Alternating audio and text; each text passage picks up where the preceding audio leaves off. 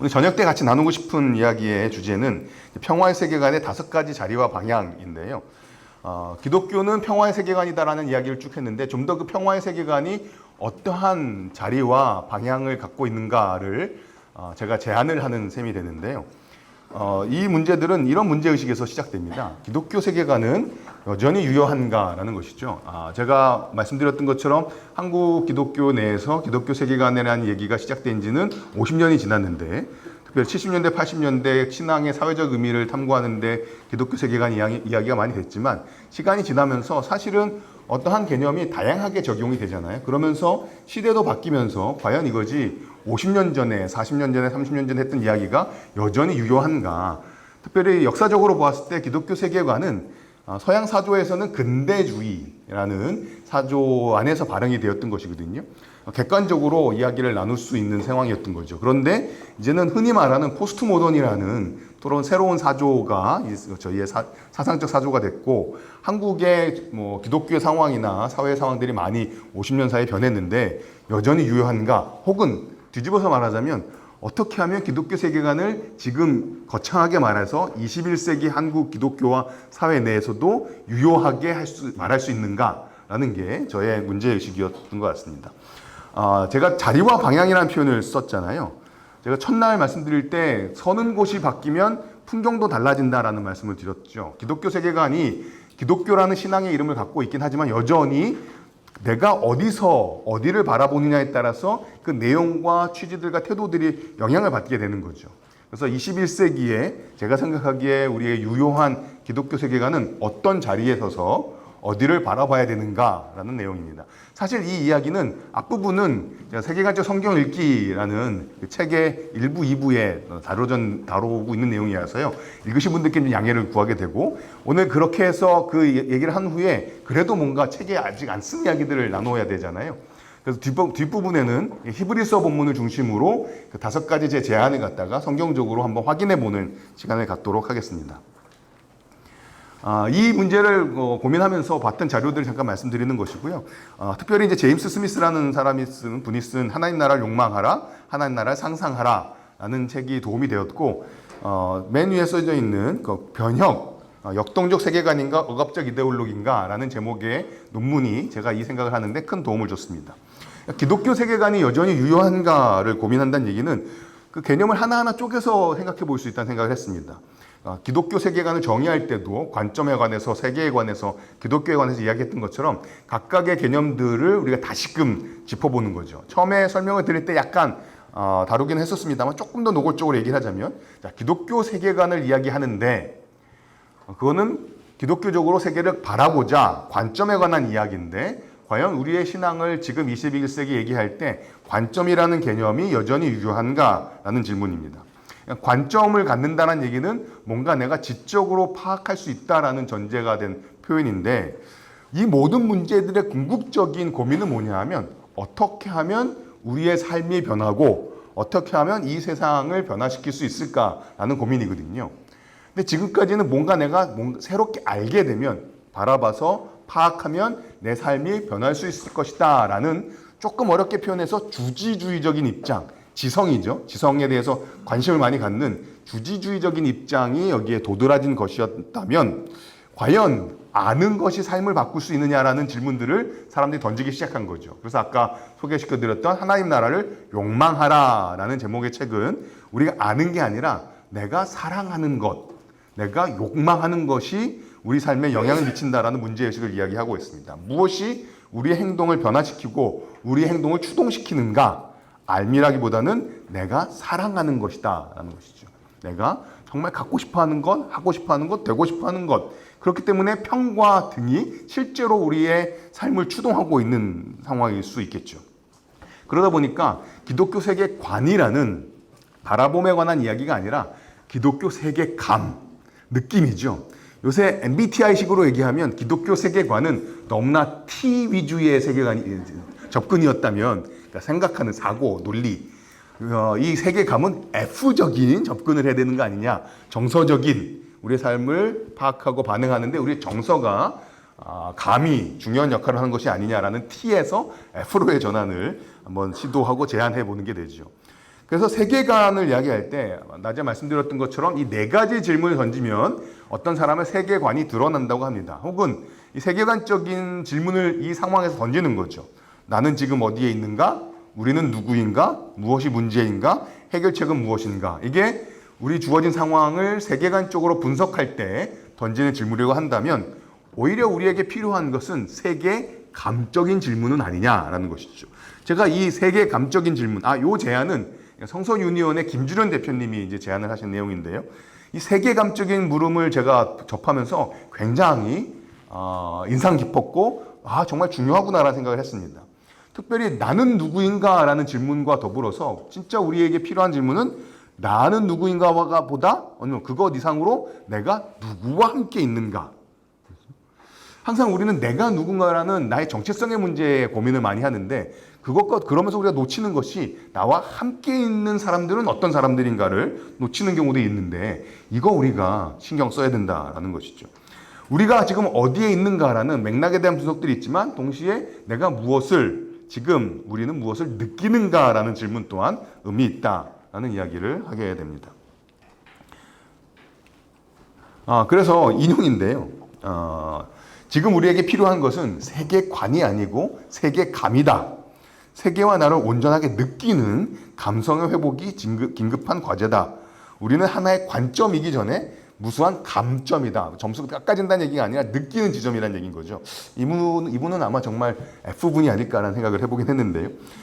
우리가 객관적인 존재로서 사물을 파악해내고 인식하고 알아가는 것 이상으로 내가 이 대상에 함께함으로 무엇을 느끼는가, 내 정서가 나를 어떻게 추동시키는가, 그것에 대해서 고민하는 것이 필요하다라는 것이죠. 그래서 지성의 자리에 감수성을 함양해야 된다라는 도전을 하기도 합니다. 관에 관해서 한번 생각해 본 것이죠. 관이라는 게 정말 얼마나 우리의 삶을 변화시키는가. 두 번째는 세계에 관해서 생각을 다시 해보는 건데요. 요거 잠깐 말씀드렸었죠. 그때 실패했던 사진이죠. 지구본을 들고 이렇게 객관적으로 얘기하고 서 있는 사람과 지구 위에서 이렇게 자전거를 타고 있는 사람의 사진 실패했잖아요. 근데 그 사진이 우리에게 던지는 게 있는 거죠. 과연 우리는 세계를 얼마나 객관적으로 파악할 수 있는가? 세계를 객관적으로 파악한다는 생각은 잘못하다 보면 그것이 객관적이니 누구나 다 그 생각에 동의해줘야 된다라는 강요를 할 수 있게 된다는 거죠. 그리고 게다가 우리가 생각하고 있는 대상이 세계, 모든 걸 다 통틀은 거니까 그런 세계를 객관적으로 통틀어서 이해한다면 그거는 전체적인 사고를 만들어내기가 너무 쉬운 접근일 수 있다는 것이죠. 이때 우리가 놓치는 것은 세계관이라 하더라도 세상을 다 바라보는 것이라 하더라도 특정한 시간과 장소와 맥락에서 형성된 것이다 라는 사실을 잊게 만드는 접근이 되는 것이죠.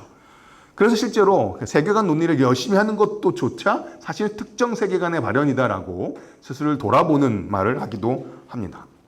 그러니까 세계를 이야기할 때도 이게 맥락이 있는 것이다. 그래서 제가 말씀드렸던 것처럼 자리, 방향 이런 것들을 고민해야 된다는 생각을 해보게 되었습니다. 사실은 전체주의적인 입장을 숨기는 방식이 있습니다. 내 생각을 이건 누구나 다 동의해줘야 된다라고 강요하는 두 가지 방식이 있는데 이 브라이언 와이시라는 사람은 상식의 수사, 신적 강요라고 이야기를 합니다. 어떤 생각과 파악과 분석을 이야기하고 의견을 이야기하고 이렇게 얘기하는 거죠. 이거 다 그렇게 생각하는 거 아니었나요? 내가 생각하는 게 상식이니 당신도 내 생각에 동의해줘야 된다라고 은근한 압력을 하고 있는 거죠. 요즘 표현으로는 가스라이팅이라고 얘기할 수 있을 건가요? 두 번째는 종교적인 맥락에서 훨씬 더 많이 사용될 수 있는 것인데 특별히 기독교 내에서는 이렇게 말한다는 거죠. 이것이 기독교 세계관입니다. 이 문제에 관한 기독교적인 관점입니다. 그리고 이거는 성경을 열면 너무나 명확하게 바로 알 수 있는 가르침입니다. 그러니 내 이 생각에 대해서 다른 생각을 한다면 당신의 생각은 성경의 가르침과 어긋나는 것 아닙니까? 라고 은근히 제안을 하는 것이죠. 그래서 어떤 생각을 세계에 관해서 내가 문제를 생각할 때 다 그렇게 생각하는 거 아닌가요? 이거 성경의 가르침인데요? 라고 말하면서 자기의 사고방식이 전체주의적이라는 것을 감추는 일들이 생겨나기도 한다는 것이죠. 이런 것들이 기독교 세계관을 말할 때 조심하면서 우리가 염두에 둬야 되는 문제들이 되는 것입니다. 그러면서 이 문제를 통틀어서 던지는 이런 질문이 생기는 것이죠.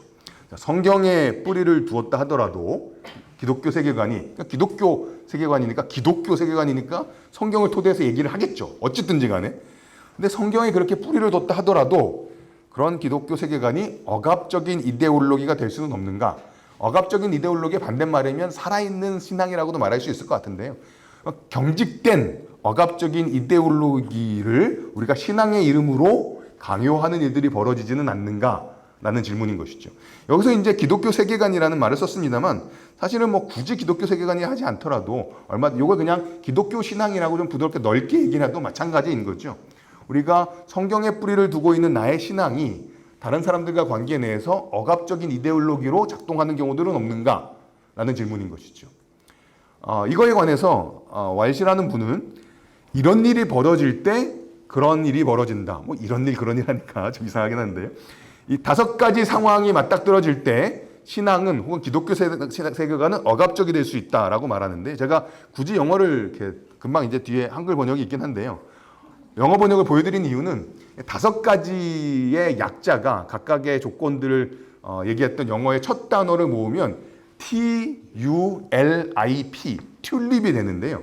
이게 신학적인 배경이 있으신 분들은 튤립이란 말이 칼빈주의의 5대 강령의 약자라는 것을 금방 느끼실 수가 있습니다. 칼빈주의 5대 강령은 이런 거거든요. 전적 타락, 무조건적인 선택, 제한 속죄, 불가항적인 은혜, 성도의 견인. 아주 전형적인 칼빈주의의 정말 5가지의 중요한 교리를 튤립이라고 요약을 하는데 브라이언 왈시가 그 패러디를 하는 거죠. 그래서 자기의 생각을 이것을 약자로 얘기할 수 있는데 그것을 저희가 우리말로 표현해 보면 이럴 때 억압적인 이데올로기가 된다고 말합니다. 자, 세계관이 혹은 뭐 신앙이라고 바꿔도 크게 문제되지는 않는 것 같습니다. 우리의 세계관이, 우리의 신앙이 우리를 세상으로부터 격리, 보호시키고자 하는 폐쇄적 공동체의 보호적인 에토스가 되어서, 이 말이 좀 길긴 하죠. 그러니까 우리가 신앙을 갖는데 세상으로부터 우리를 보호해야 되겠다는 생각이 많은 거예요. 그래서 우리 공동체가 세상과 소통을 하지 않는 폐쇄적인, 굉장히 보호적인 공동체가 되는 거죠. 근데 이 보호적인 공동체의 어떤 정신, 에토스가 그 신앙의 역할이 된다는 것입니다. 그렇게 돼버리고 그러다 보니 주변 문화와 우리의 신앙이, 세계관이 상관없어지는 일들이 벌어지는데 그렇게 되는 이유는 뭐냐 하면 성경적인 역동성을, 성경의 역동성을 잃어버린 채 세계관이 혹은 내가 갖고 있는 신앙에 대한 이해가 이미 보편적인 최종성에 도달했다고 생각하고, 그러니까 다 만든다, 더 이상 틀리지 않다, 나는 신앙의 궁극적인 해답을 찾았다 라는 얘기인 거죠. 보편적, 누구나 그래서 동의해줘야 되고 최종성, 이거보다 더 나은 대답은 없다, 나는 신앙의 답을 찾았다 라고 생각하면서 그것의 전체성, 그것이 나의 삶과 세계와 모든 일들을 설명해낼 수 있다라는 것들을 과하게 강조하다 보면 기독교 세계관은 혹은 기독교 신앙은 역동적 있는 삶의 모습이 아니라 억압적인 이데올로기가 돼버리고 만다라고 설명을 하고 있는 것입니다. 요 하나하나를 조금 자세하게 풀어보면요.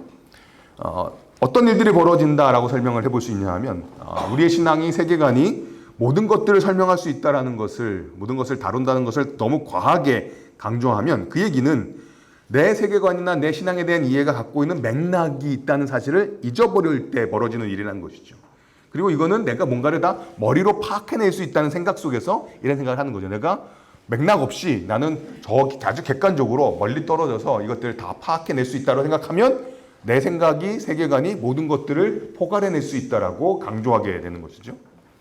그런데 그렇게 생각해낸 세계관이 그야말로 모두가 다 인정하고 최종성의 더 이상 최고의 점에 도달했다라고 생각하게 되면 어떤 일이 벌어지냐 하면 내가 더 이상 다른 세계관으로부터 배울 것은 없다가 되는 것이죠. 왜냐하면 내가 갖고 있는 세계관이 이미 궁극적이고 보편적인 진리에 이미 도달했기 때문에 다른 세계관을 신경 쓸 필요가 없죠. 배울 거 없죠. 이미 다 답을 얻었는데요. 그럴 때 세계관은 이데올로기가 돼버린다라고 말합니다. 그런 일들이 벌어지는 건 성경적인 역동성을 잃어버리게 되는 건데요. 이런 상태에 이르게 되면 우리가 성경을 대하는 태도에 어떤 일이 벌어지냐 하면 더 이상 성경 읽기를 씨름할 필요가 없다라는 생각까지도 벌어진다는 것이죠. 성경을 통해서 이미 알 건 다 알았기 때문에 굳이 반복하면 또 읽을 필요를 못 느끼는 거죠. 사실 신앙생활을 오래 하다 보면 이런 일들이 저한테 있더라고요. 그날 주일날 설교 딱 본문을 보고 제목을 보면 무슨 말씀을 하실지 이미 예상이 다 되는. 성경을 더 이상 읽을 필요 없고 성경의 메시지를 내가 다 통달했다고 생각하면 더 이상 내가 성경 말씀을 갖고 씨름할 필요가 없습니다. 이미 다 알고 있거든요. 이 본문은 어떤 뜻이고 어떻게 풀어져서 어떤 적용을 우리에게 요구할 것이다라는 걸 다 통달하고 있어서 우리의 성경 읽기는 더 이상 역동적이지 않습니다. 그러면 성경을 읽으면 어떤 일이 벌어지냐 하면 내가 변화되는 게 아니라 나의 고집이 세지는 일이 벌어지는 거죠. 성경을 읽는 것은 그 말씀에서 도전받아서 내가 변화되고 바뀌고 그야말로 찬송가 가사처럼 주님을 조금이라도 더 알아가는 변화가 있기를 소망하면서 말씀을 접하는 것인데 이미 우리가 다 알아버렸기 때문에 성경을 읽는 것은 내가 성경을 통해서 지금까지 확보해왔던 생각을 고집을 더 확인하고 강화시키기만 하게 되는 일이 벌어지게 됩니다.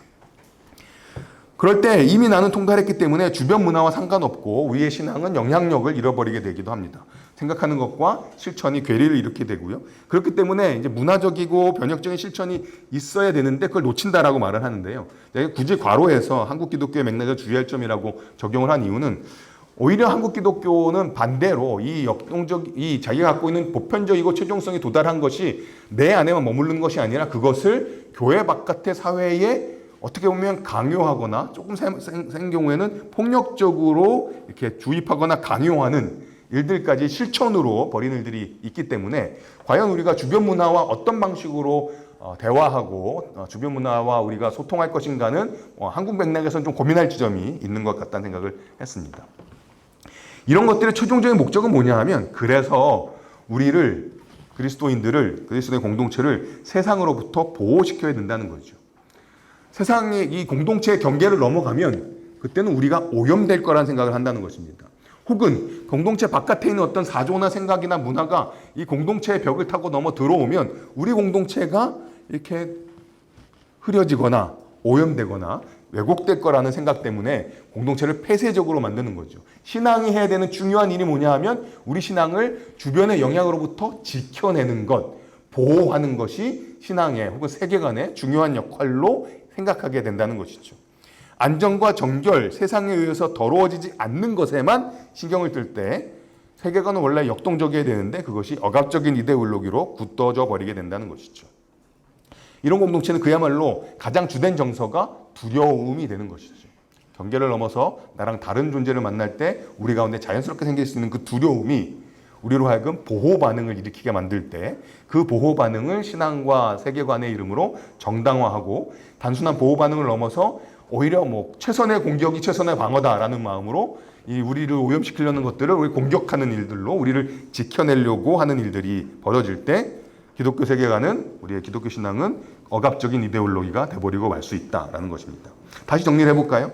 세계관이 우리를 세상으로부터 격리 보호시키고자 하는 폐쇄적 공동체의 보호적인 에토스가 되어서 주변 문화와 상관없어질 수 있는데 그 이유는 성경의 역동성을 잃어버린 채 내가 갖고 있는 세계관이 보편적인 최종성에 도달했다고 생각하며 그것의 전체성을 과하게 강조하기 때문이다. 어려운 말들의 난무하는 문장이긴 한데요. 이렇게 정리를 좀 해볼 수 있다 싶었습니다. 그래서 이 문제로 억압적 이데올로기를 우리의 세계관이 억압적 이데올로기를 변할 위험이 있는데 분석만 하면 좀 아쉽잖아요. 그러면 어떻게 하면 이렇게 안 할 수 있겠느냐, 안 될 수 있겠냐라고 제안하는 것이 이 5가지의 제안입니다. 우리가 전체적으로 다 포괄성을 강조한다고 했을 때 그것을 극복할 수 있는 건 뭐냐면 세계관이 어떤 시스템이 아니라 이야기라는 것이죠. 그것을 강조하고요. 그 다음에 이제 저희가 우리가 최종적인 보편성에 도달했다고 생각하는데 그것에 대한 해독제라고 할 수 있는 것은 우리가 해석을 공동체적으로 한다. 나 혼자서 다 된 게 아니라 우리가 함께 이야기를 나누면 해석해야 된다라는 해석 공동체를 제안을 하고요. 그 다음에 이제 역동적인 성경을 잃어버렸던 사실에 대해서는 아니다. 우리 성경을 적극적으로 살아있고 생생하게 읽어야 된다. 이 얘기는 조금 이따가 더 설명을 드리도록 하고요. 그 다음 세상과의 관련을 잃어버리는 것을 피하려면 우리가 세상과 관여하는 열정적이고 예언자적인 상상력을 우리가 함양해야 된다라고 제안을 합니다. 그리고 무엇보다도 이 모든 것들의 근원이 우리가 경계 바깥에 있는 것들에 대한 두려움, 폐쇄적인 공동체를 만드는 것이라면 우리에게 필요한 덕목은 환대다라고 이야기를 합니다. 해석 공동체 혹은 성경의 역동적 읽기에 관해서 조금 더 말씀을 드리게 되면 성경을 읽는데 어떻게 해서 성경이 자꾸 이렇게 굳어버리기만 할까? 이렇게 딱딱 이게 화석과 같은 성경을 읽을 때 그야말로 성경이 살아서 표현을 좀 전통적이지만 꿈틀대서 정말 그냥 살아있는 생생한 말씀을 어떻게 접할 수 있을까? 뒤집어서 말하면 무엇이 그러한 역동적인 성경 이해를 방해할 것인가? 라는 데 대해서 저자는 N.T. 라이트를 인용하면서 세 가지 상황을 진단하고 있습니다. 성경을 우리가 이 세 가지 방식으로 접근할 때 성경 읽기는 그냥 경직된 이데올로기가 되고 만다는 것이죠. 우리의 성경 읽기는 더 이상 생생하지 않아진다라고 이야기를 합니다. 첫 번째는 이미 우리가 신학적으로 알고 있는 개념들이 있습니다. 그 정통 신학적인 답들을 성경을 열어서 구절을 뽑아내서 찾아내는 책. 성경을 마치 사전처럼 다루는 것이죠. 전반적으로 사전인 거죠. 그러니까 뭐 몇 장 몇 절 딱 하면은 필요할 때 구절이 탁 튀어나오는 것처럼 뽑기식, 사전식으로 성경을 이야기하는데 그것의 관심사가 정통 신학적인 대답을 구할 때 그런 식으로 성경을 사용할 때 성경의 역동성을 잃어버린다. 두 번째는 우리의 삶과 관련해서 역시 비슷한 방식인데요. 앞에는 신학이고 뒤에는 윤리라고 말할 수 있겠죠. 우리가 도덕에 대해서 무엇이 옳은지 그른지를 그냥 매뉴얼적으로 알려주는 책이다 라고 생각할 때, 특별히 서신서 같은데 어떤 우리의 행동에 관한 이야기들이 지침이 있는데 그게 그냥 무맥락적으로 우리에게 바로 뒤에 있는 것처럼 무맥락적 무시간적인 진리의 요약판처럼 이해돼서 그냥 이거 펴서 적용하기만 하면 되는 매뉴얼로 생각할 때 우리의 성경 읽기는 역동성을 잃어버린다 이야기를 합니다. 그리고 성경이 그야말로 시간과 맥락과 장소가 전혀 없이 그대로 적용될 수 있는 진리들을 그냥 모아놓은 것처럼 혹은 요약처럼 이해될 때 우리의 성경 읽기는 딱딱해지고 굳어버린다라고 이야기를 하는 것이죠. 만일에 성경이 그런 책이 아니라면 어떤 책이냐라는 데에서 이렇게 제안을 합니다. 성경은 정통신학에 대한 답을 펼치면 바로 튀어나와서 얻을 수 있게 만드는 책이 아니라 오히려 질문을 야기하는 책이다라고 이야기를 합니다. 우리가 알고 있는 신학적인 이해들이 성경을 읽으면 확인될 뿐만 아니라 어떨 때는 질문을 감행하게 만들 수 있다는 것이죠. 사실 이 문제는 제가 세 가지 성경 읽기에 모세 이야기를 잠깐 썼을 텐데요. 모세와 하나님과의 만남에서 성경에서 가장 중요한 계시 하나가 나오는 거죠. 하나님의 이름이죠. 나는 스스로 있는 자니라. 하나님께서 나는 스스로 있는 자니라라는 본인의 본질과 속성에 관한 가장 심오한 진리를 계시해 주셨던 것이 모세가 하나님과 만났을 때 하나님 이름이 뭔가요? 내 이름은 스스로 있는 자야라고 바로 간 것이 아니라 하나님께서 모세를 부르셨는데 모세가 안 돼요. 안 되긴 뭐가 안 돼? 또 보내줄게. 안 돼요. 이렇게 하나님하고 대화가 지속되는 가운데 모세가 질문하고 있는 가운데 하나님께서 계시하셨던 것이죠. 모세가 질문을 포기했더라면 이런 계시가 있을 수 있었을까라는 상상도 해보게 됩니다. 도덕과 우리 삶과 관련해서는 도덕적인 답을 바로 급행으로 우리에게 주는 매뉴얼 같은 게 성경이 아니라 성경은 자신과 타자에 대해서 성찰하고 다른 사람에 대해서 공감할 수 있는 마음을, 그런 윤리를 함양시키는 책이라는 것입니다.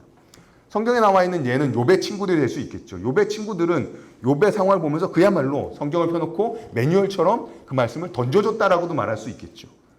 그렇지만 성경은 그런 식으로 사용되거나 읽는 책이 아니라 그것을 읽으면서 나를 돌아보고 또한 다른 사람을 공감할 수 있게 만드는 읽기를 우리에게 요구하고 있다는 것입니다.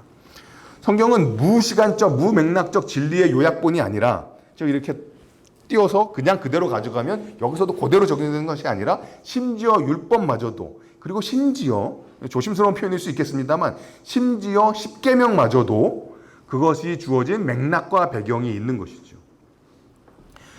구약의 율법, 신약의 서신서, 어떤 구체적인 행동 지침이 있는 서신서들마저도 더 큰 이야기 안에 놓여 있습니다.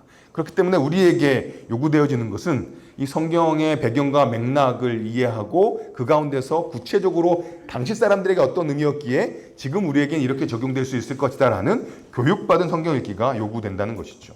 이러한 성경에 관한 우리의 접근들은 다 성경에 쓰여진 맥락에 대한 예민한 성찰, 그리고 그것을 성경과 또 성경의 맥락과 또 성경을 함께 읽고 있는 공동체와의 대화에서 시작된다는 것입니다.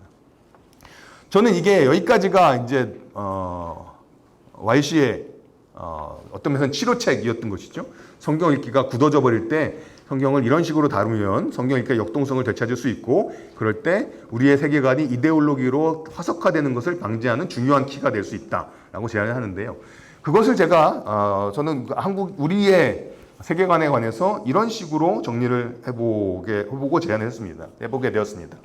그러니까 YC가 지적하는 게 있잖아요. 우리의 전체성, 주지주의라든지, 아니면 우리가 전통주의라든지, 아니면 내가 보편적인 최종성을 갖고 있다라든지, 아니면 내가 보호적인 에토스를 갖는다든지, 그런 것들이 뭐 주지주의, 전체주의, 전통주의, 최종성, 배타성, 부족주의들의 문제라고 할 수 있을 텐데, 이것들을 어떤 방식으로 세계관에 적용해서 극복할 수 있을까라는 것이었습니다.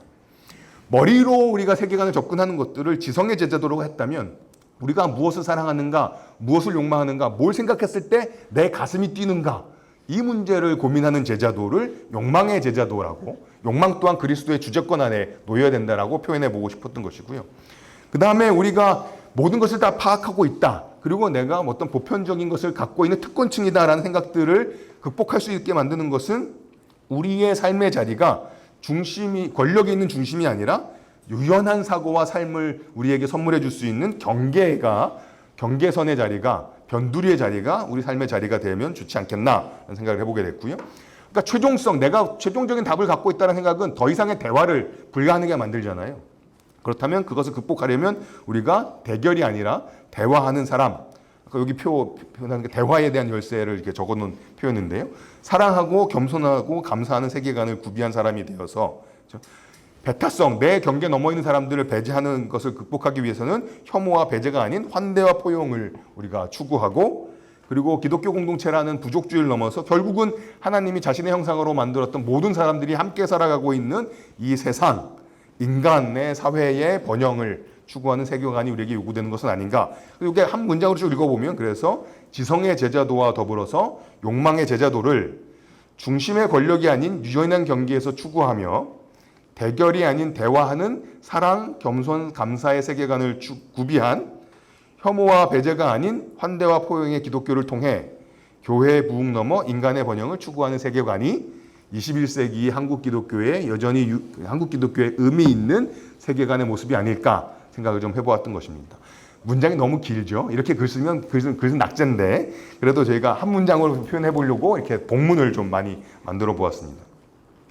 근데 이제 문제는 뭐냐 하면요, 이런 제안을 하고 저한테 드는 고민이 있었습니다. 제가 세계관에 관해서 고민하게 된 건 어쨌든 직장 이름에 밴쿠버 기독교 세계관 대학원이 있기 때문에 수업을 해도 세계관에 관한 이야기를 하고, 그것을 공부하러 오시는 분들이 관심을 갖고 질문하시니까 이거 고민을 하게 되는 것이죠. 그런데 제가 이 세계관을 이야기를 하는 근본적인 이유가 뭘까를 생각했을 때, 단순한 이론적인 것이 아니라 결국은 제가 예수님의 제자이기 때문에 내가 이 세상을 어떻게 살아야 되는지를 고민하고 있다는 것이죠.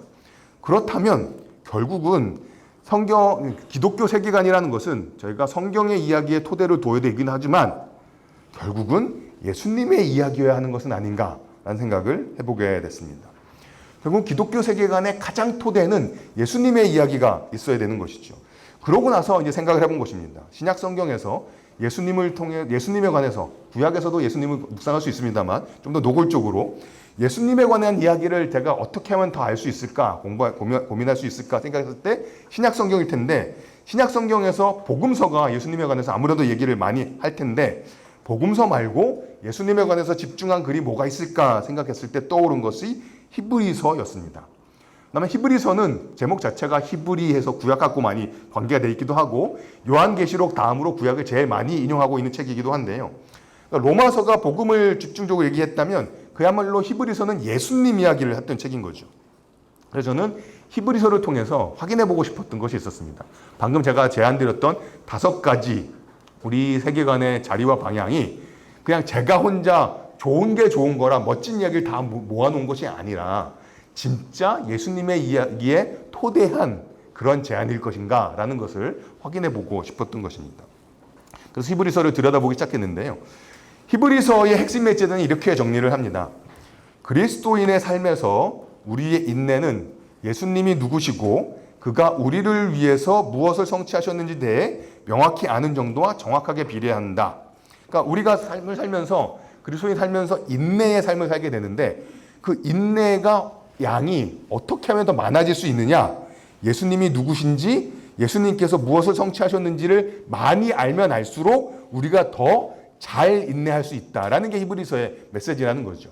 히브리서는 고난받는 그리스도인들, 핍박받는 그리스도인들에게 주어진 편지인데 당신들이 그 상황에서 인내해야 됩니다. 어떻게 하면 더 잘 인내할 수 있을까요?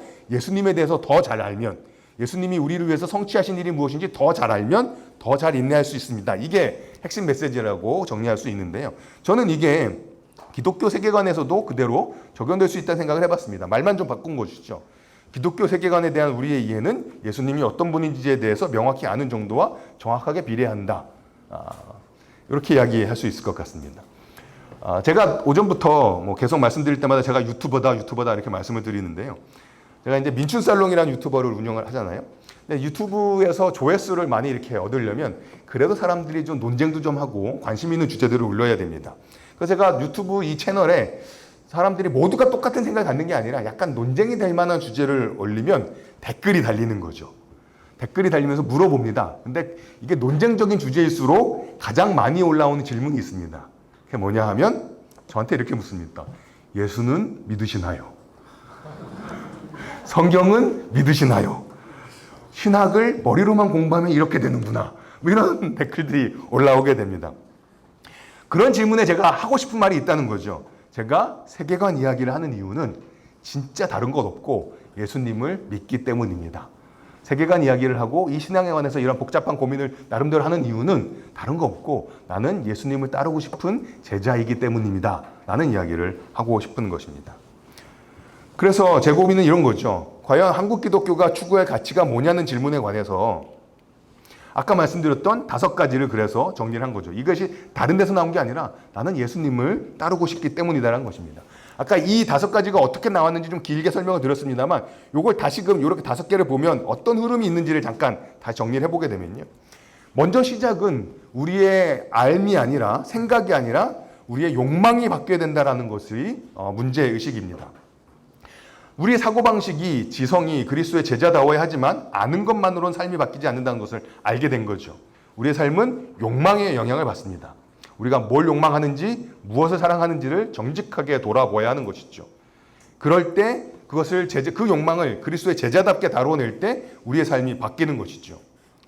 지성을 넘어서 욕망을 그리스도의 주재권 아래 가져올 수 있어야 우리의 제자도는 의미 있게 될 것입니다. 그런데 문제는 그러한 우리의 욕망이 어디를 향하냐라는 것이죠.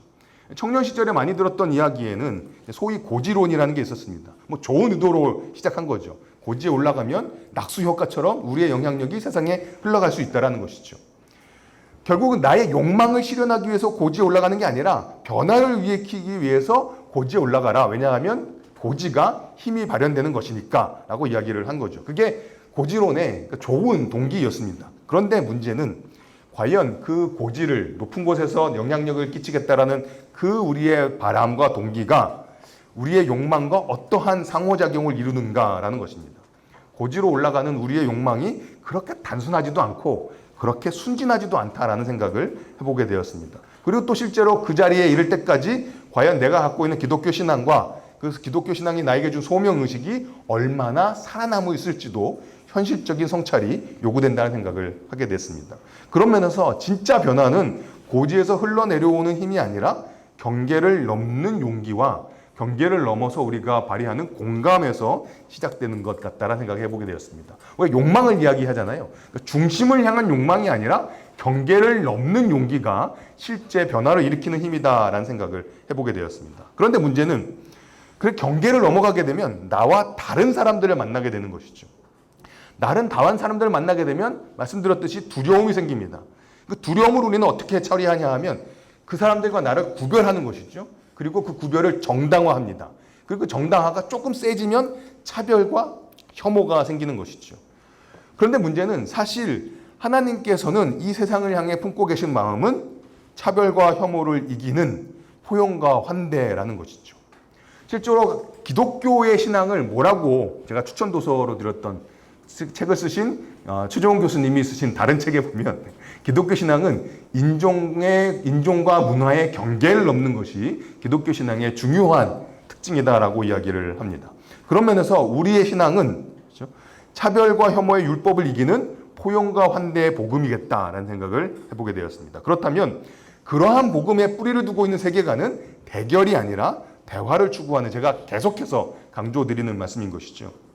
나랑 다른 사람들을 만났을 때 저 사람과 내가 뭐가 다른가를 규명해서 대결하는 것이 아니라 나랑 무엇을 공감하고 공유할 수 있는 데 관심을 기울여서 대화를 하는 것. 그야말로 모든 진리는 하나님의 진리다라는 모토 아래 조금이라도 내가 하나님을 더 알고 더 사랑하고 이웃을 사랑하기 위해서 배울 수 있는 것들이 무엇인가를 대화하면서 대화를 추구하는 것이죠. 그럴 때 그 대화는 서로에게 유익이 되는 것입니다. 이것이 대화의 세계관인 것이죠.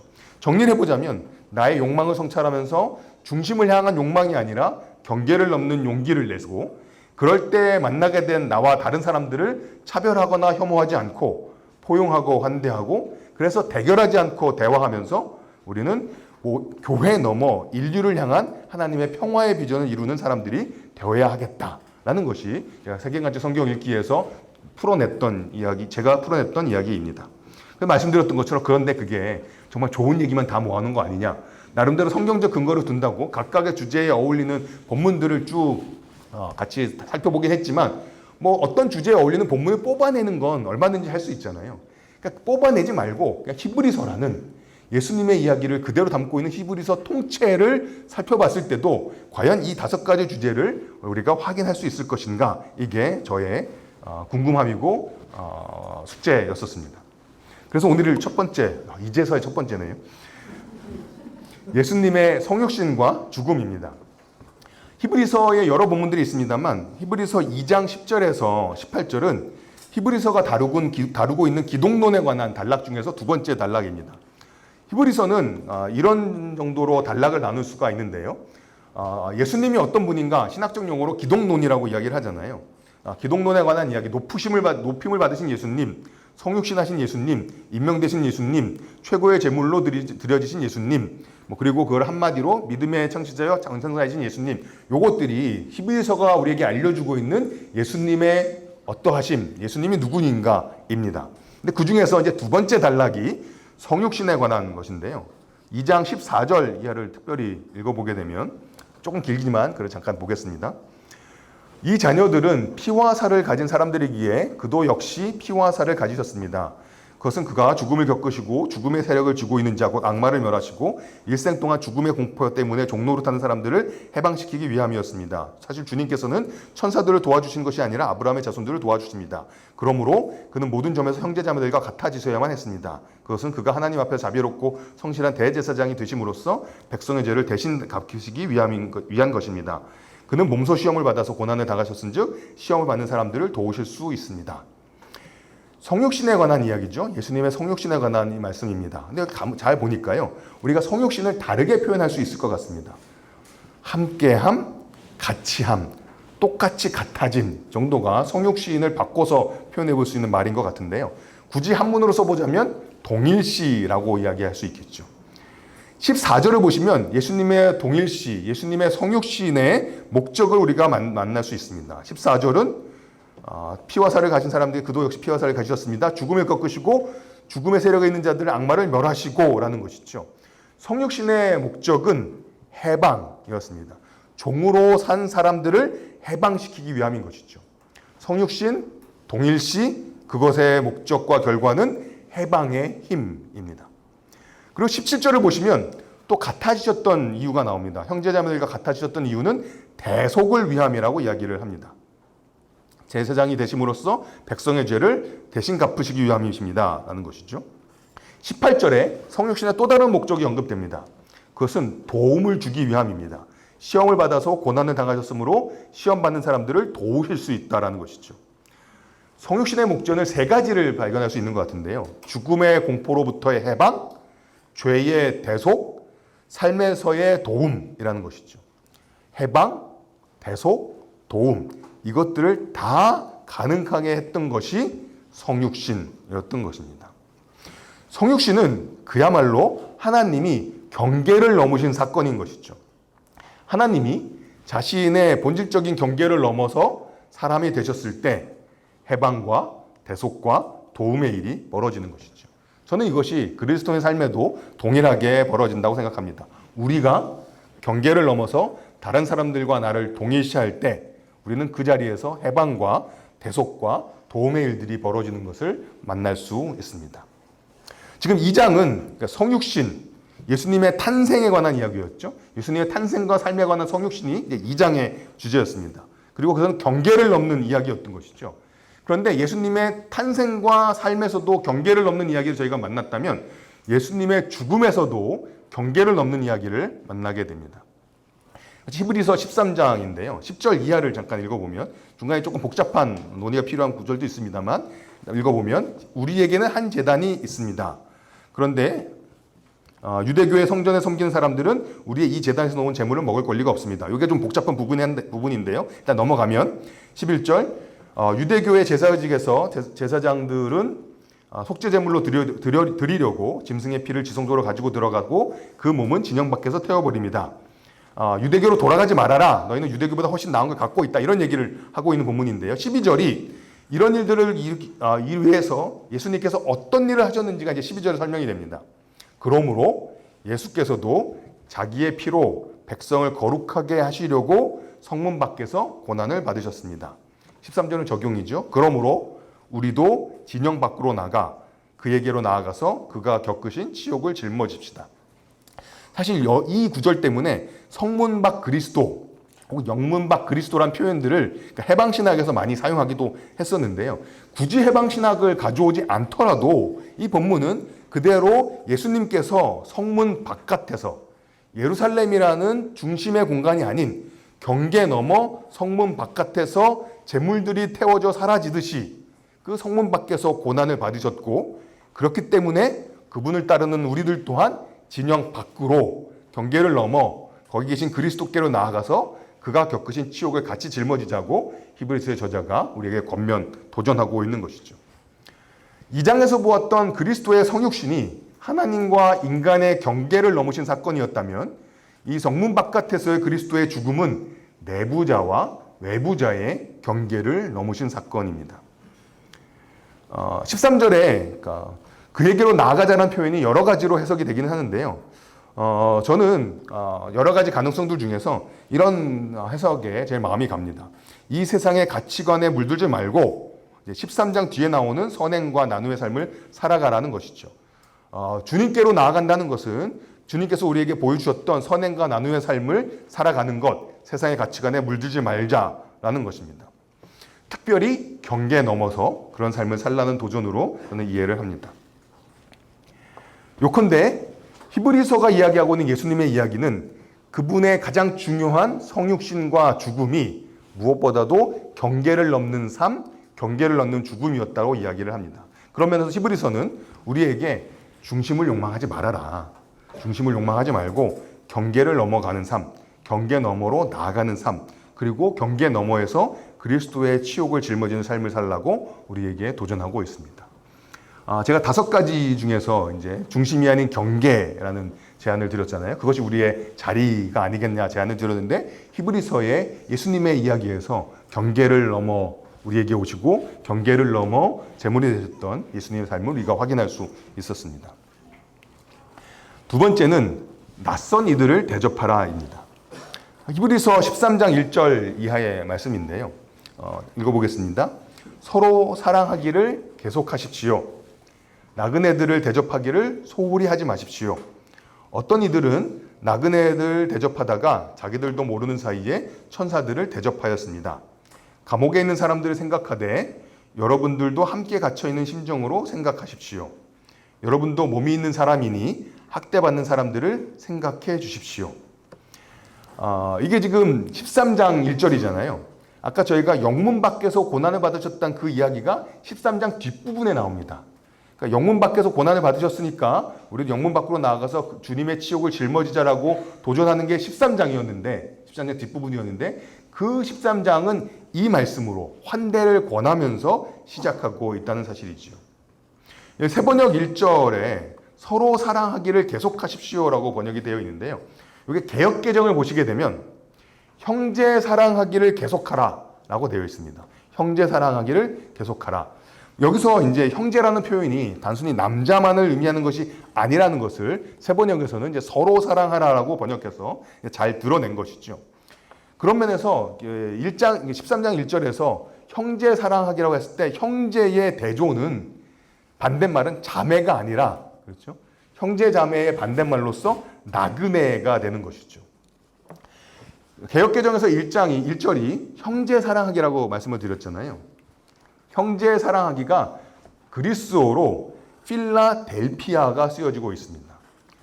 필라델피아에서 필이라는 게 그야말로 우리말 영어의 필하고 어근이 같을까요? 뭐 지금 잘 모르겠는데 필이 그야말로 사랑하다라는 의미이잖아요. 그 다음에 아델피아라는 것이 이제 형제와 관련된 어근이 되는 것이죠. 그렇죠? 필 좋아하다, 사랑하다. 그렇기 때문에 필라델피아는 그러면서 형제 사랑하기가 되는 것이죠. 그런데 여기 본문에 나오면 2절에 나그네를 대접하기를 소홀히 하지 말아라 라는 단어가 나오는데요. 거기에 나와 있는 단어 또한 필이 들어가 있는 단어입니다.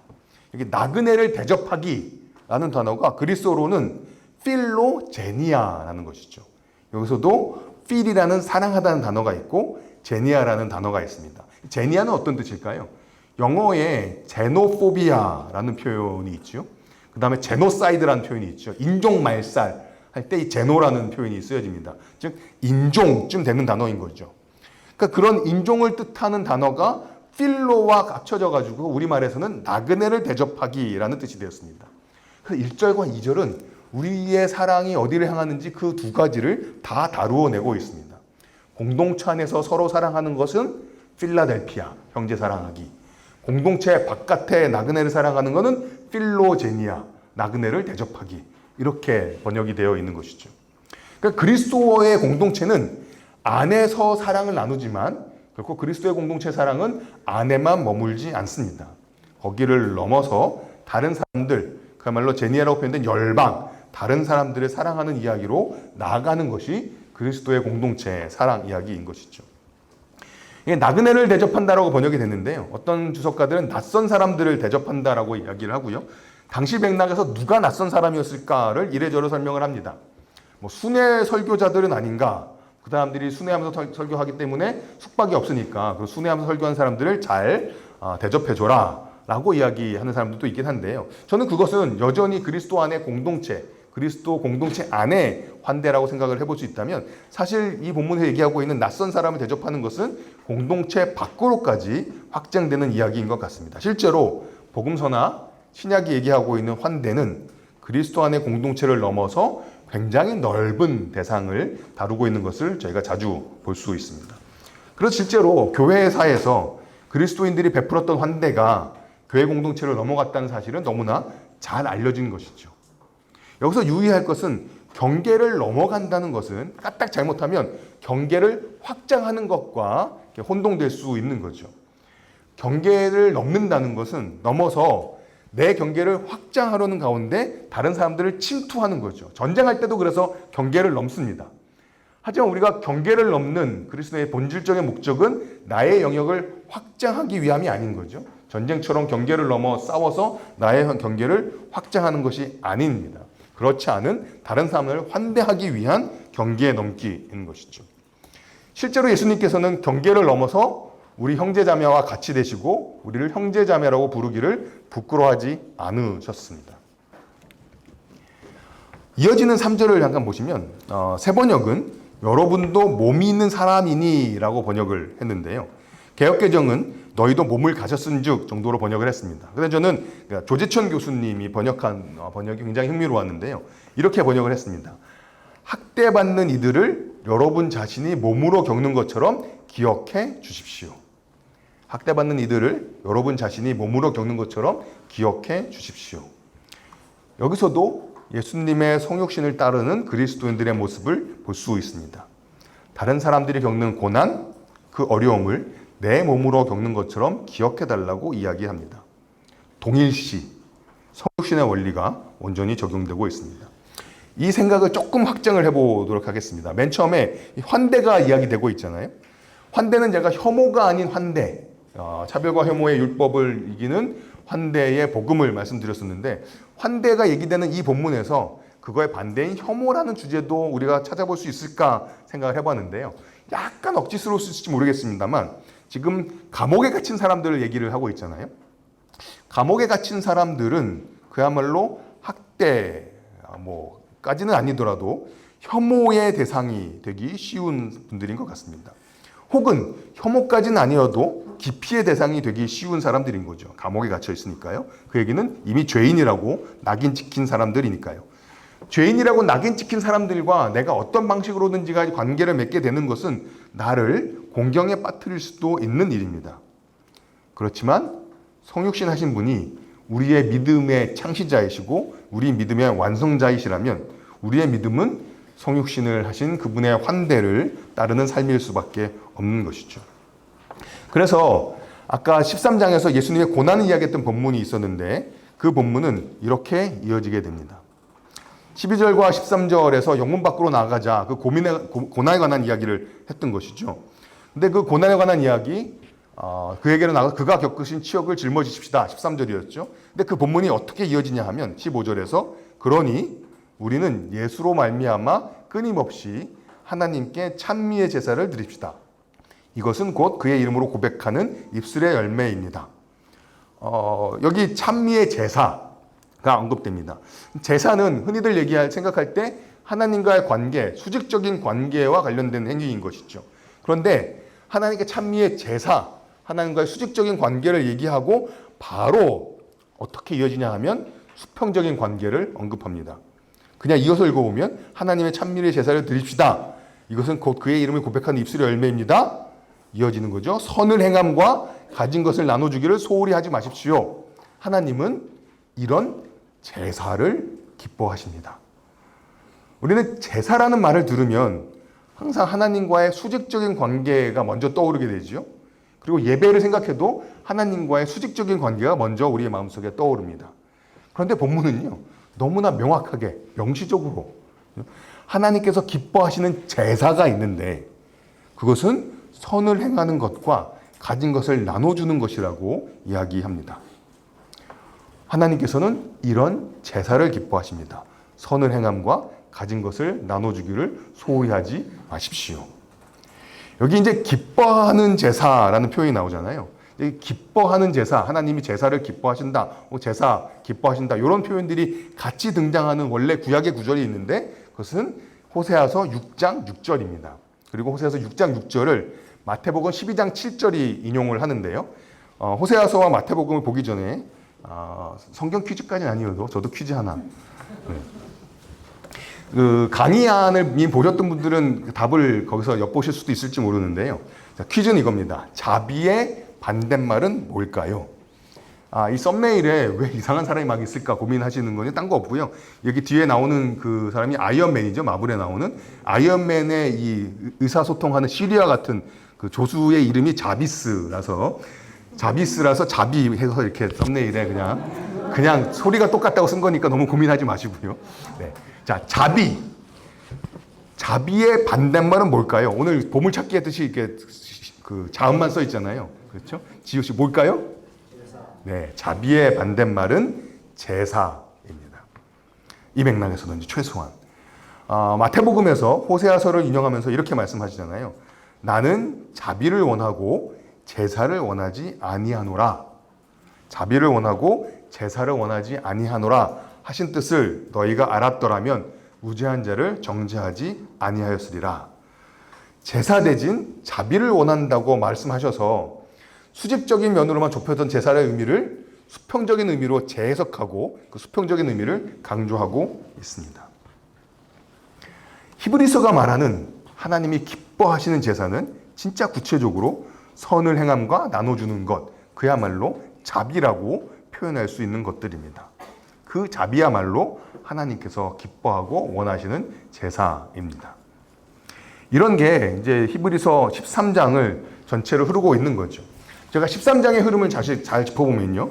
13장에 시작할 때 서로 사랑하라, 필라델피아, 낯선 자를 대접하라, 필로제니아로 시작을 했었습니다. 형제를 사랑하고 낯선 자를 사랑하러 시작했던 13장이 어떻게 마무리되고 있냐 하면 선을 행하고 나눠주는 제사로 마무리되고 있는 것이죠. 게다가 히브리서 13장은 히브리서의 마지막 장인 것이에요. 그래서 이 하나님이 기뻐하시는 자비의 제사 얘기가 끝나면 그야말로 히브리서가 끝나게 됩니다. 히브리서의 마지막 인사가 시작되는 것이죠. 히브리서는 중요한 것이 예수님이 어떤 분인가를 이야기하고 그것을 겉면의 형식으로 설교해 온 것인데, 그렇게 쭉 예수님이 어떤 분인지를 설명하고 설교했던 히브리서가 맨 마지막에서 무엇은 이야기로 마무리되냐 하면 나그네를 대접하라고 시작하고 선을 행하는 거 나눠주는 제사를 하나님께서 기뻐하신다라고 말하면서 마무리되고 있습니다. 5가지 중에 경계에 관해서 경계를 넘는 예수님을 보았고, 저희가 혐오가 아닌, 그렇죠? 환대의 복음을 히브리서가 분명히 얘기하고 있구나라는 것들을 제가 확인해 볼 수 있었습니다. 3번째는 가지고 있는 것으로 만족하라. 저희가 5번째까지 가면 이게 끝납니다. 3번째는 가지고 있는 것으로 만족하라인데요. 저희가 13장 1절부터 3절까지 살펴보았잖아요.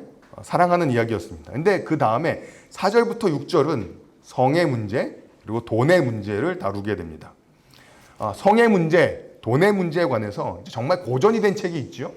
리차드 포스터라는 분이 쓰신 제목이 그야말로 그대로 돈, 섹스, 권력이라는 제목입니다. 그야말로 돈, 섹스, 권력은 그야말로 욕망의 3대장이라고 말할 수 있는 주제인 것이죠. 지금 우리 대한민국에서는 무엇이 이 욕망의 자리를 차지하고 있냐라고 했을 때 오전에 말씀드렸던 것처럼 몇 평이냐, 몇 등이냐가 그야말로 우리의 새로운 욕망의 2대장이 되어버린 것 같은데요. 그럼 몇 평이냐, 몇 등이냐 그 이전에 정말 고전적으로, 전통적으로 그야말로 돈, 성, 권력으로 우리의 욕망이 요약될 수 있었던 것이죠. 그 중에서 히브리서 13장 4절부터 6절은 성과 돈의 문제를 명시적으로 다룹니다. 약간 확대를 해서 1절부터 3절까지는 환대의 문제를 다뤘잖아요. 환대의 문제를 권력의 문제라고 생각해 볼 수 있다면 그야말로 13장 1절부터 6절은 권력의 문제, 성의 문제, 돈의 문제를 다루고 있습니다. 이거를 다룰 때 권력이나 돈이나 성을 단순히 금욕하라고만 이야기하지 않습니다. 혼인을 귀하게 여기라고 말하는 거죠. 그러니까 욕망의 문제를 다루는 방식이 그냥 누르고 제한하는 것만으로 해결하지는 않습니다. 그것을 그리스도의 주재권으로 가져와서 그것을 우리가 행위하는 진짜 바른 방식이 무엇인지를 다시 이야기를 하는 것이죠. 제가 첫 번째로 이야기를 나눴던 것이 지성의 제자도가 아니라 욕망의 제자도였습니다. 그럼 욕망의 제자도를 생각하면 여기에 나와 있는 돈, 섹스, 권력이라는 욕망의 3대장을 어떻게 하나님 아래 가져와서 그분의 주재권에 놓을 수 있을 것인가? 그것이 우리의 고민이고 숙제가 됩니다. 과연 우리의 욕망을 어떻게 하면 그리스도의 주재권 아래 놓을 수 있을까라는 것입니다. 제가 스스로 신학자라는 정체성을 갖는데요. 제가 신학자는 뭐 하는 사람일까 스스로 생각을 해봤는데 저는 이런 답을 지금까지 생각해 보게 되었습니다. 한 번 더 질문하기. 그러니까 지금 우리 본문은 이 욕망의 문제를 그리스도의 주재권에 놓아라 라고 얘기하면 질문을 던지는 거죠. 어떻게 그럴 수 있을까? 본문이 우리에게 알려주는 힌트는 하나님에 대한 신뢰입니다. 욕망의 종로로 타지 않으려면 하나님을 신뢰해야 된다라고 본문을 이야기하는 거죠.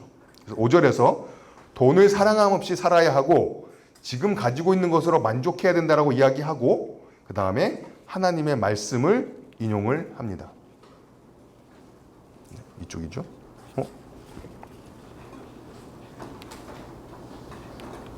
죄송합니다. 제가 순간 말씀을 인용을 합니다. 주님께서 친히 말씀하시기를 내가 결코 너를 떠나지도 않고 버리지도 않겠다. 그래서 우리는 또한 이렇게 대답을 하는 거죠. 6절이죠. 주님께서는 나를 도우시는 분이시니 내게는 두려움이 없다. 누가 감히 내게 손을 댈 수 있으랴. 하나님께 대한 신뢰를 고백하는 것으로 이어집니다. 어떻게 하면 우리의 욕망을 통제할 수 있을까요? 하나님에 대한 신뢰가 욕망을 통제하는 가장 근본적인 토대입니다. 그런데 아까 제가 신학하는 사람은 한 번 더 질문하는 버릇이 있다고 말씀드렸잖아요. 질문이 여전히 남는 거죠. 어떻게 하면 하나님을 신뢰할 수 있을까입니다. 욕망을 통제해야 되는데 하나님을 신뢰하라 나오잖아요. 그럼 하나님 신뢰하고 싶은데 어떻게 하면 하나님을 신뢰할 수 있을까? 하나님에 대한 신뢰는 어떻게 만들어질 수 있을까라는 것입니다. 저는 그것이 말씀하시는 하나님으로부터 시작된다 생각하게 되었습니다. 자, 돈을 사랑함 없이 살아가야 되고 지금 가지고 있는 것으로 만족해야 된다라고 말하고 하나님 말씀을 인용하는 것이죠. 히브리서는 요한계시록 다음으로 구약을 제일 많이 인용을 하는데요. 흥미로운 건 히브리서가 구약을 다른 성경을 인용하는 방식입니다. 바울 서신 같은 데서는요. 다른 성경을 인용할 때 이렇게 얘기합니다. 성경에 기록되었으되 혹은 성경에 쓰여 있기를, 쓰여져 있다는 표현을 강조를 하는데요.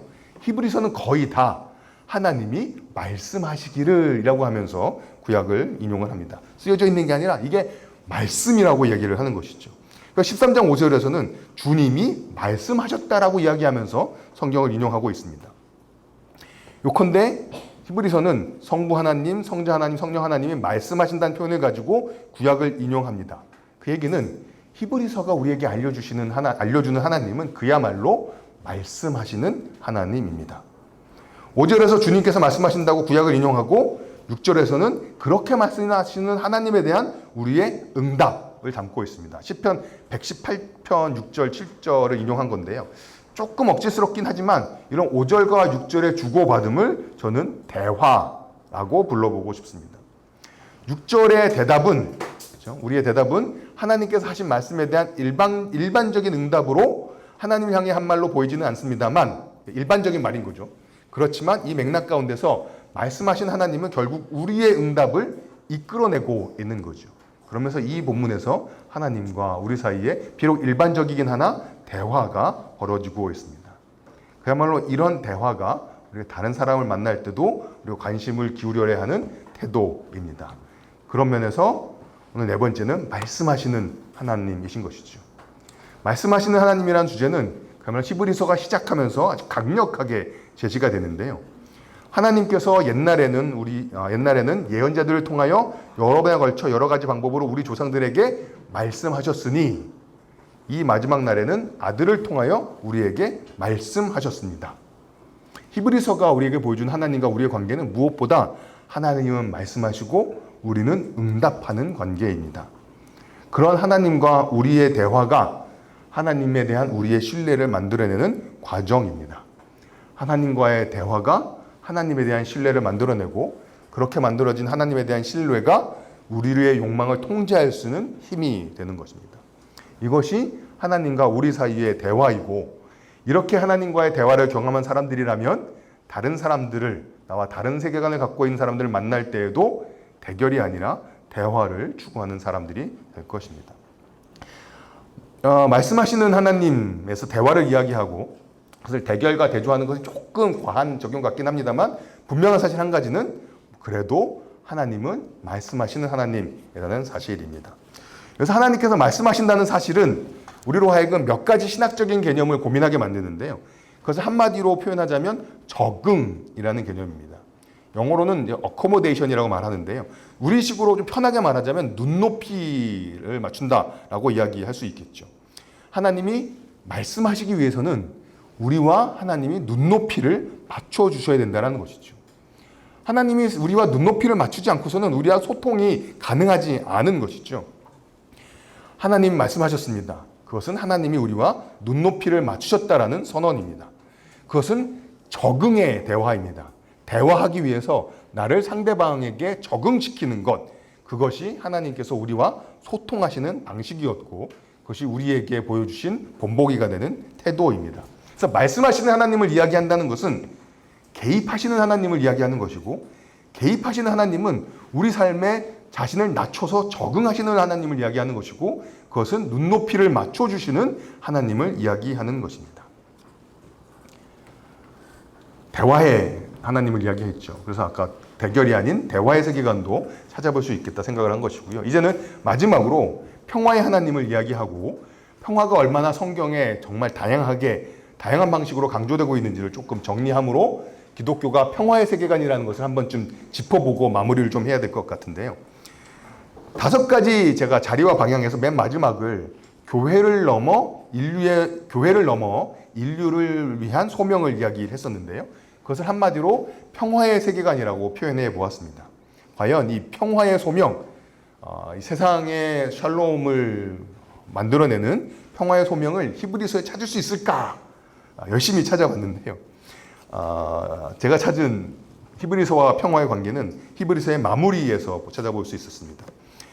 예수님을 부활하고 승천시키셨던 하나님을 히브리서 기자가 딱 한마디로 요약해서 표현하는데 그 하나님은 무엇보다도 평화의 하나님이라고 이야기를 합니다. 히브리서가 증언하고 있는 다양한 예수님의 사역과 어떠하심들이 있잖아요. 근데 그 모든 일들을 하신 하나님은, 그리고 그 특별히 예수님을 새 언약의 목자가 되도록 부활케 하시고 승천하신 하나님은 다른 하나님이 아니라 무엇보다도 평화의 하나님이다 라고 히브리서는 마무리하고 있습니다. 그리고 이 마지막 부분에서 히브리서 저자는 이 평화의 하나님께서 히브리서를 받고 읽은 그리스도인들을 온갖 좋은 일에 어울리게 다듬질해 주셔서 하나님의 뜻을 행할 수 있게 하시기를 구합니다. 자, 여기 온갖 좋은 일에 어울리게 다듬어져서 행하게 된다라는 표현이 나오죠. 온갖 좋은 일에 어울리게 다듬어진다. 저는 그렇게 우리를 다듬으시는 하나님의 뜻은 그야말로 온 세상을 향한 하나님의 뜻이라고도 이야기할 수 있다 생각해 보았습니다. 우리도 마찬가지 간구를 갖는 것이죠. 하나님께서 우리를 온갖 좋은 일에 어울리게 다듬어 주셔서 온 세상을 향한 하나님 자신의 뜻을 행하게 하시기를 간구합니다. 그래서 하나님께서 예수 그리스도로 말미암아 우리 가운데서 하나님께서 기뻐하시는 바를 이루어내시기를 구하게 됩니다. 그리고 이 바람을 이루도록 우리를 만들어 주실, 우리를 다듬지시키실 분은 다름 아닌 평화의 하나님입니다. 평화의 세계관이 우리의 주제에 있으니까요. 도대체 성경이 평화에 관해서 어떻게 얘기를 하길래 감히 기독교는 평화의 세계관이다라고 말할 수 있을까를 정리를 좀 하고 오늘 나눔을 마무리하고 싶은데요. 그야말로 성경은 평화의 책인 것이죠. 우리말 번역에서 평강, 평화, 화평이라는 단어로 다양하게 번역되다 보니까 피스, 샬롬, 에이렌이라는 단어가 모두 평화라는 이 단어들이 다 똑같은 히브리어와 그리스어와 같은 사실을 저희가 잘 인식하지 못하는 경우들이 있죠. 무엇보다도 성경은 평화의 책입니다. 그리고 저희가 히브리서 맨 마지막에서 평화의 하나님이라고 인사를 나눴지만 결국 우리가 구약에 보았을 때도 예수님을 또 평화의 하나님으로 이야기하는 것을 볼 수가 있습니다. 이사야서 9장 말씀인 것이죠. 한 아기가 우리를 위해 태어났다. 우리가 한 아들을 모셨다. 우리의 통치자가 될 것이다. 그의 이름은 놀라우신 조언자, 전능하신 하나님, 영존하시는 아버지, 그리고 평화의 왕이라 불릴 것이다. 사실 우리가 크리스마스 때마다 이 본문 많이 보면서도 여기에 저도 이 주제를 가지고 다시 보면서 평화의 왕이라고 쓰여 있었네 라는 것들을 새삼스럽게 느끼게 됐던 것이죠.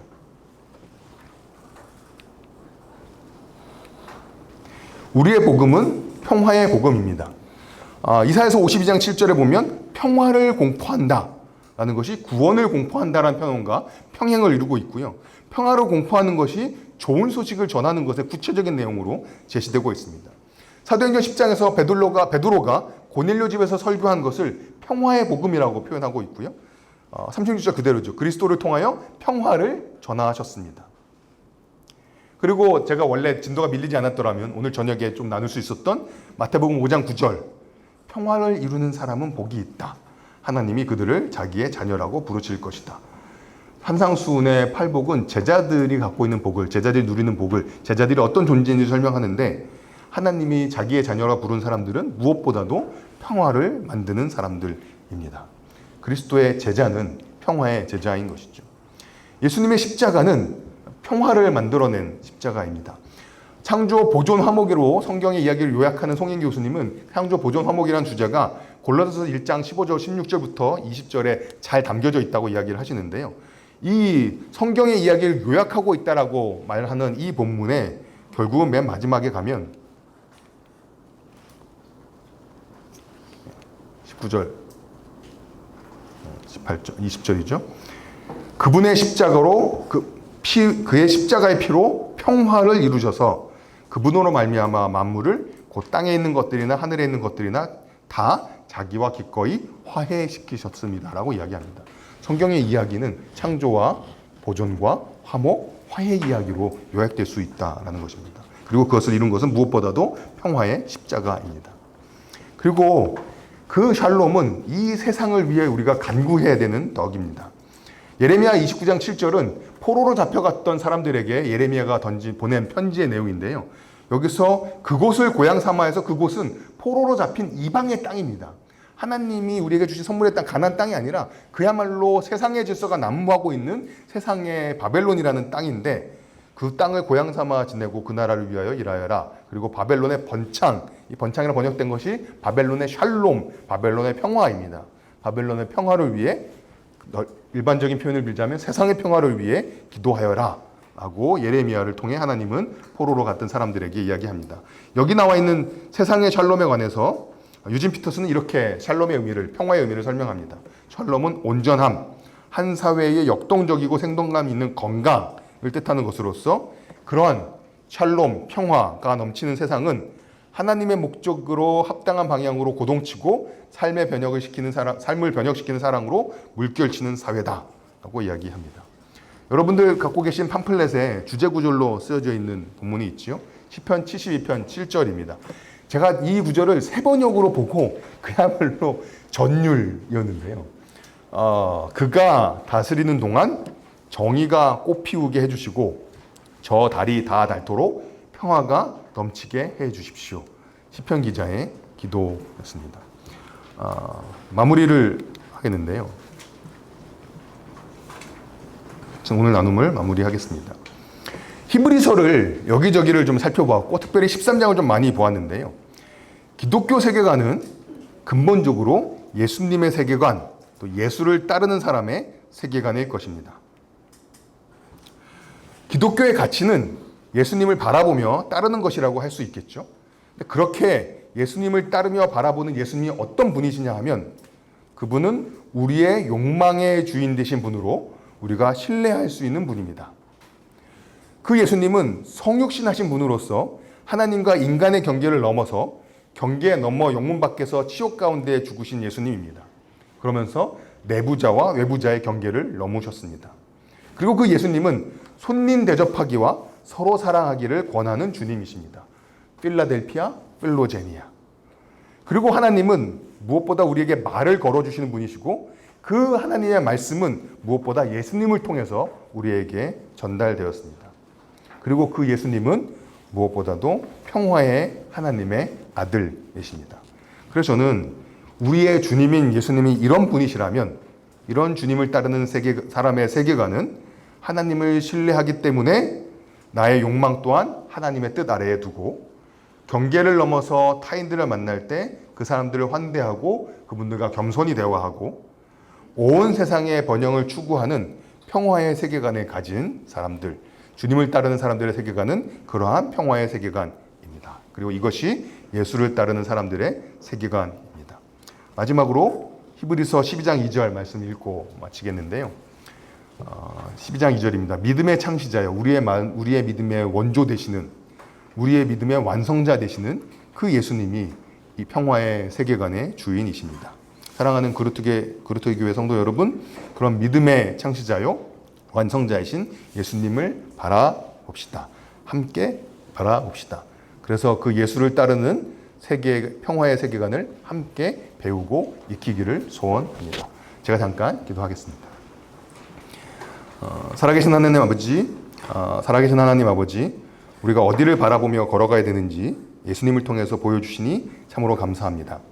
그리고 우리가 예수님을 따라간다고 쫓아간다고 막연하게만 말하는 것이 아니라 그분이 태어나신 그분의 탄생, 그분의 삶, 그분의 죽음이 어디를 향하고 있고 또 그것이 우리에게 어떤 삶을 요청하는지 짚어볼 수 있는 시간 주셔서 감사합니다. 그리고 그 삶을 우리에게 요청하시기 위해 보여주신 본을 저희가 기억합니다. 하나님, 우리가 그런 예수님의 이야기를 우리의 삶으로 살아가는 사람들이 될 수 있도록 성령 하나님 도와주십시오. 그런 가운데 주님께서 우리에게 원하시는 제자의 삶을 살 수 있도록 도와주십시오. 감사하며 예수님의 이름으로 기도했습니다. 아멘.